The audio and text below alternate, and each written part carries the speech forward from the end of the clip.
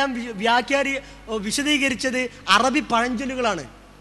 ഒരു കോട്ടിങ് ഇങ്ങനെയും കാണാമെന്ന് പറഞ്ഞുകൊണ്ട് അറബി പഴഞ്ചൊല്ലുകൾ, അതേപോലെ തന്നെ ഹോജോ കഥകളിലൊക്കെ വരുന്ന കൊട്ടേഷനുകൾ, ഇതൊക്കെ മൂപ്പര് ബുക്കിൽ കോട്ട് ചെയ്തിരുന്നു. ഇത് വായിക്കുന്ന ഒരു അമുസ്ലിം എന്താ കരുതുക?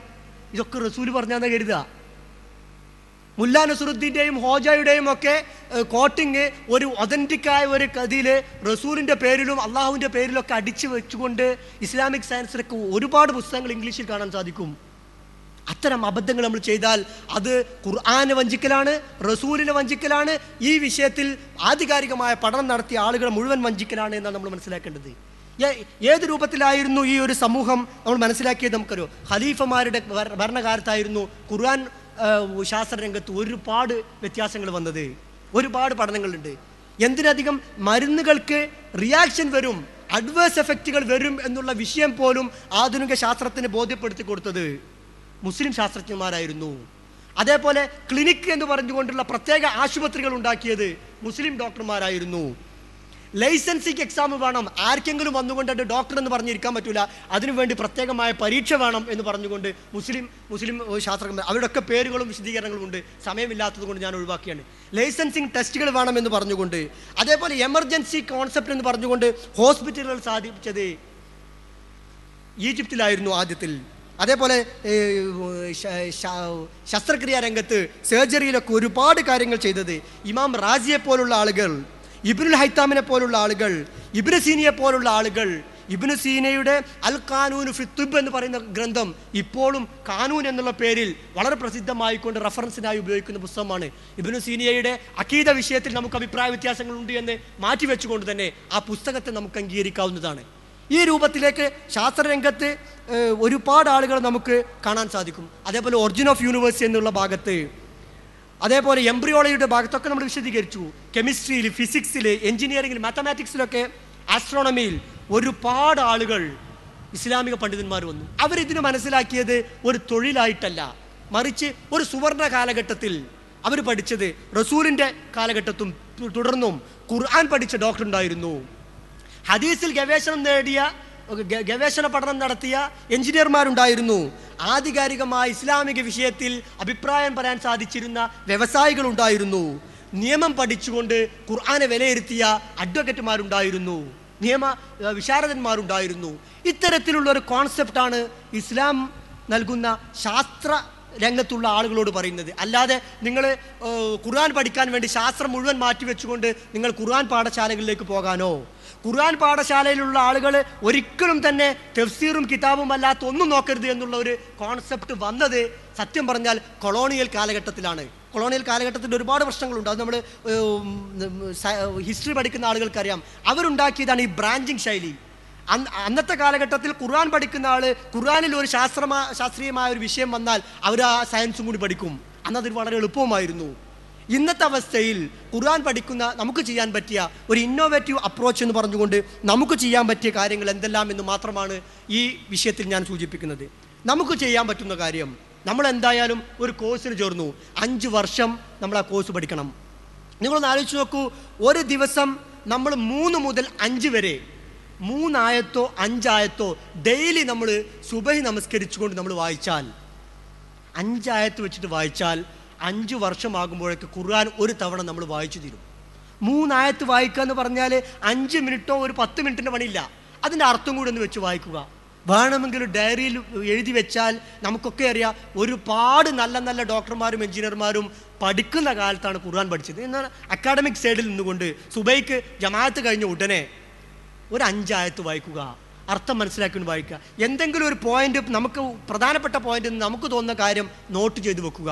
അത് മാത്രം ഒരു ഡയറിയിൽ വെച്ചാൽ പിന്നെ എപ്പോഴെങ്കിലും നമുക്ക് ഉപയോഗിക്കാൻ പറ്റും. അപ്പോൾ ഖുർആനെ നമ്മൾ ഗൗരവത്തോടു കൂടി വായിക്കണം. ഒരു അലസമായി എന്തെങ്കിലും വായിച്ചു വിടുന്ന ഒരു രീതി അല്ലാതെ ഗൗരവത്തോടു കൂടി നമ്മൾ വായിക്കുക. രണ്ടാമത് ചെയ്യേണ്ടത്, ഈ പഠിച്ചൊരു ഭാഗത്ത് നമുക്ക് പ്രത്യേകമായി താല്പര്യം തോന്നുന്ന ഒരു ഭാഗം നമ്മളെ പഠന ഭാഗത്തിനോട് ബന്ധമുള്ളതാണെങ്കിൽ കൂടുതൽ നല്ലത്, അതിനെ വിശദമായി നമുക്ക് പഠിക്കാൻ കഴിയുമോ എന്ന് നോക്കുക. അതിൽ നിന്ന് നമ്മൾ ആലോചിക്കേണ്ടത് ഏറ്റവും ഈ രംഗത്ത് ഏറ്റവും അപകടകരമായ പ്രവണത നമ്മുടെ തിരഞ്ഞെടുക്കുന്ന സോഴ്സുകളോട് ബന്ധപ്പെട്ടതാണ്. നമ്മൾ ഏത് സ്രോതസ്സിനെ തിരഞ്ഞെടുക്കുന്നു എന്നതിൽ. ഇപ്പോൾ ഇന്ന് നമ്മൾ കാണുന്നത് കഴിഞ്ഞ ഒരു 5-8 വർഷമായി കാണുന്ന ഏറ്റവും അപകടകരമായ പ്രവണത, ഇൻ്റർനെറ്റ് ഉപയോഗിച്ചുകൊണ്ട് ഖുർആൻ ശാസ്ത്ര പഠനങ്ങൾക്ക്, ഖുർആൻ പഠനങ്ങൾക്ക് ഇൻ്റർനെറ്റ് മാത്രം ഉപയോഗിക്കുന്ന ആളുകളിൽ ഒരുപാട് പ്രശ്നങ്ങൾ കാണുന്നുണ്ട്. അതുമാത്രം ഒരു വിഷയമായി പറയണമെന്ന് ഞാൻ ഉദ്ദേശിച്ച വിഷയമായിരുന്നു, സമയമില്ലാത്തതുകൊണ്ട് ഒഴിവാക്കിയാണ്. എന്താണ് കാരണമെന്ന് വെച്ചാൽ, നമ്മൾ ഇൻ്റർനെറ്റിൽ നിന്ന് ലഭിക്കുന്ന കാര്യങ്ങളുടെ ഒതൻറ്റിസിറ്റി ഒരു വലിയ പ്രശ്നമാണ്. ഒതൻറ്റിക് ആയിക്കോണമെന്നില്ല, ആർക്കും എന്തും പടച്ച് അപ്ലോഡ് ചെയ്യാവുന്നതാണ്. നമ്മൾ സാധു ഇങ്ങനെ ഒരു പോയിന്റ് ഉണ്ടെന്ന് പറഞ്ഞാൽ അത് വലിയൊരു കാര്യമാണെന്ന് കരുതും. രണ്ടാമത് കരുതുന്നത്, ഒരു കാര്യം മനസ്സിലാക്കുന്നതിൻ്റെ മുമ്പ് പ്രാഥമികമായി പഠിക്കേണ്ട കുറേ കാര്യങ്ങളുണ്ട്. ഒരു തമാശ, ആർക്കെങ്കിലും ഒരു ചെറിയ ക്ഷീണമോ വരുന്നുണ്ടെങ്കിൽ ഒരു ചെറിയൊരു തമാശ ഞാൻ പറയട്ടെ. മുമ്പ് ഒരു വിഷയത്തിൽ, ഒരു അഭിപ്രായ വ്യത്യാസമുള്ള ഒരു വിഷയത്തിൽ ഒരാൾ വന്നുകൊണ്ട് ഒരു പള്ളിയിലെ പഴയൊരു ഉസ്താദിനോട് ചോദിക്കുകയാണ്, ഈ വിഷയത്തിൽ എന്താണ് അഭിപ്രായം? ആ ഉസ്താദ് പറഞ്ഞു, ഇങ്ങനെയാണ് അഭിപ്രായം. അപ്പോൾ ഇവൻ പറയാണ്, ഞാൻ ഇന്നലെ ഒരു ഷെയ്ഖിൻ്റെ പേര് പറഞ്ഞുകൊണ്ട്, സൗദിയിലുള്ള ഷെയ്ഖിനായിട്ട് നെറ്റിൽ കുറേ സംസാരിച്ചു. ഷെയ്ഖ് പറഞ്ഞ ഹദീസിലൊന്നും കാര്യമില്ല, തെളിവില്ല. ചിലപ്പോൾ ശരിയായിരിക്കാം, പക്ഷെ ഒന്ന് ആലോചിച്ച് നോക്കൂ. 10-25 അല്ലെങ്കിൽ ഒരു ജീവിതകാലം മുഴുവൻ ഖുർആനും ഹദീസും പഠിച്ച ഒരു വലിയ പണ്ഡിതൻ, അയാൾ ഒരുപാട് ഇതിട്ടുണ്ട്. ഇയാൾക്ക് ഈ വിഷയം കിതാബിയായി പരിചയപ്പെടുത്താതെ ഇയാളെന്ത് ചെയ്യും, ഒരൊറ്റ അടി അടിച്ചുകൊണ്ട് പറഞ്ഞത് അത് അങ്ങനെയൊന്നുമല്ല, അപ്പോൾ അത് ലേറ്റസ്റ്റ് ഇൻഫർമേഷൻ ഇന്ന ഷെയ്ഖിൻ്റെ പ്രകാരം അതിലൊന്നും കാര്യമില്ല എന്ന് പറഞ്ഞുകൊണ്ട് തള്ളുന്നു. ഇത് വിനയമുള്ള ഒരു പഠിതാവിന് ചേർന്നതേ അല്ല. ആദ്യം നമ്മൾ ചെയ്യേണ്ടത് എന്താണ്? ഒരു പാണ്ഡിത്യത്തെ നമ്മൾ അംഗീകരിക്കുക. സാങ്കേതികമായി പറഞ്ഞാൽ ഉസ്താദിയത്ത് വേണമെന്നാണ് ഇത് പറയുക. ഒരു ഉസ്താദിൻ്റെ കൂടെ ഇരുന്നു കൊണ്ട് പഠിച്ചാൽ നമ്മൾ ഒരുപാട് കാര്യങ്ങൾ നമുക്ക് മനസ്സിലാക്കാൻ സാധിക്കും. അപ്പോൾ നമ്മൾ ഇൻ്റർനെറ്റ് ഉപയോഗിച്ചുകൊണ്ട്, ഇമെയിലിൽ വന്ന മെസ്സേജുകൾ ഉപയോഗിച്ചുകൊണ്ടുള്ള ഗവേഷണങ്ങൾ നിർത്തിക്കൊണ്ട് കിതാബുകൾ നമ്മൾ പഠിക്കാൻ നോക്കുക. ആ കിതാബിൻ്റെ സോഫ്റ്റ്വെയർ കോപ്പികൾ നമുക്ക് നോക്കാം. ഒറിജിനൽ കിതാബിൻ്റെ ഗ്രന്ഥത്തിൻ്റെ സോഫ്റ്റ്വെയർ കോപ്പി നമ്മൾ വെച്ചുകൊണ്ട്, അല്ലാതെ നമ്മൾ നേരിട്ട് ഡൗൺലോഡ് ചെയ്ത് അതുമാത്രമാണ് ശരി എന്നുള്ള രൂപത്തിലേക്ക് നമ്മൾ പോകരുത്. അതിൻ്റെ കൂടെ വേണ്ടത്, നമ്മൾ നോട്ട്സുകൾ ഉണ്ടാക്കാൻ പഠിക്കണം. ഒരു വിഷയത്തിൽ നമ്മൾ നോട്ട്സ് ഉണ്ടാക്കിയപ്പോൾ എന്താണെന്ന് വെച്ചാൽ, ഇപ്പോൾ കഴിഞ്ഞ ഒരു 3 കൊല്ലം മുമ്പത്തെ പ്രോഫ്കോണിന് പങ്കെടുത്ത ആൾക്കാരുണ്ട്, ഇവിടെ ഇരിക്കുന്നുണ്ടാവും. ഈ ആൾക്കാർ അന്ന് പഠിച്ച, അന്ന് മനസ്സിലാക്കിയ ഒരു കാര്യം ഒരു പേപ്പറിൽ എഴുതിയിട്ടുണ്ടെങ്കിൽ, ഒന്ന് ഇടയ്ക്കിടയ്ക്കൊരു 6 മാസം കൂടുമ്പോൾ ഒന്ന് വായിച്ചു നോക്കിയിരുന്നെങ്കിൽ ഒരുപാട് മാറ്റം ഉണ്ടാവും. കാരണം മനുഷ്യൻ്റെ ശൈലി, ഇവിടുന്ന് കേട്ട കാര്യങ്ങളിൽ 80% കാര്യങ്ങളും നിങ്ങൾ നിങ്ങളുടെ കോളേജ് എത്തുമ്പോൾ മറന്നുപോകും. അത് മനുഷ്യൻ്റെ ഒരു ശൈലിയാണ്. അല്ല, മനുഷ്യൻ്റെ ബ്രെയിനിന് അത്ര കപ്പാസിറ്റി ഉള്ളൂ. അപ്പോൾ അതിന് നമ്മൾ എന്ത് ചെയ്യുക, ഒരു ചെറിയ നോട്ടിൽ അത് എഴുതി വെക്കുക. അത് നമ്മൾ കൃത്യമായി ഫയൽ ചെയ്യുക. ഇപ്പോൾ ഈ ഫയലിംഗ് എന്ന് പറയുന്ന കാര്യം വളരെ വളരെ പ്രധാനപ്പെട്ട, കാരണം കൂടുതൽ വിവരങ്ങൾ വരുമ്പോൾ സുന്നത്തിനോട് ബന്ധപ്പെട്ടുകൊണ്ട്, ഹദീസിനോട് ബന്ധപ്പെട്ടുകൊണ്ടൊക്കെ ആകുമ്പോൾ, ഹദീസ് എന്ന് പറഞ്ഞിട്ട് നമ്മളൊരു ഫോൾഡർ ഉണ്ടാക്കുക. ആ ഫോൾഡറിലൊക്കെ നമ്മളിത് കയറ്റി വെക്കുക.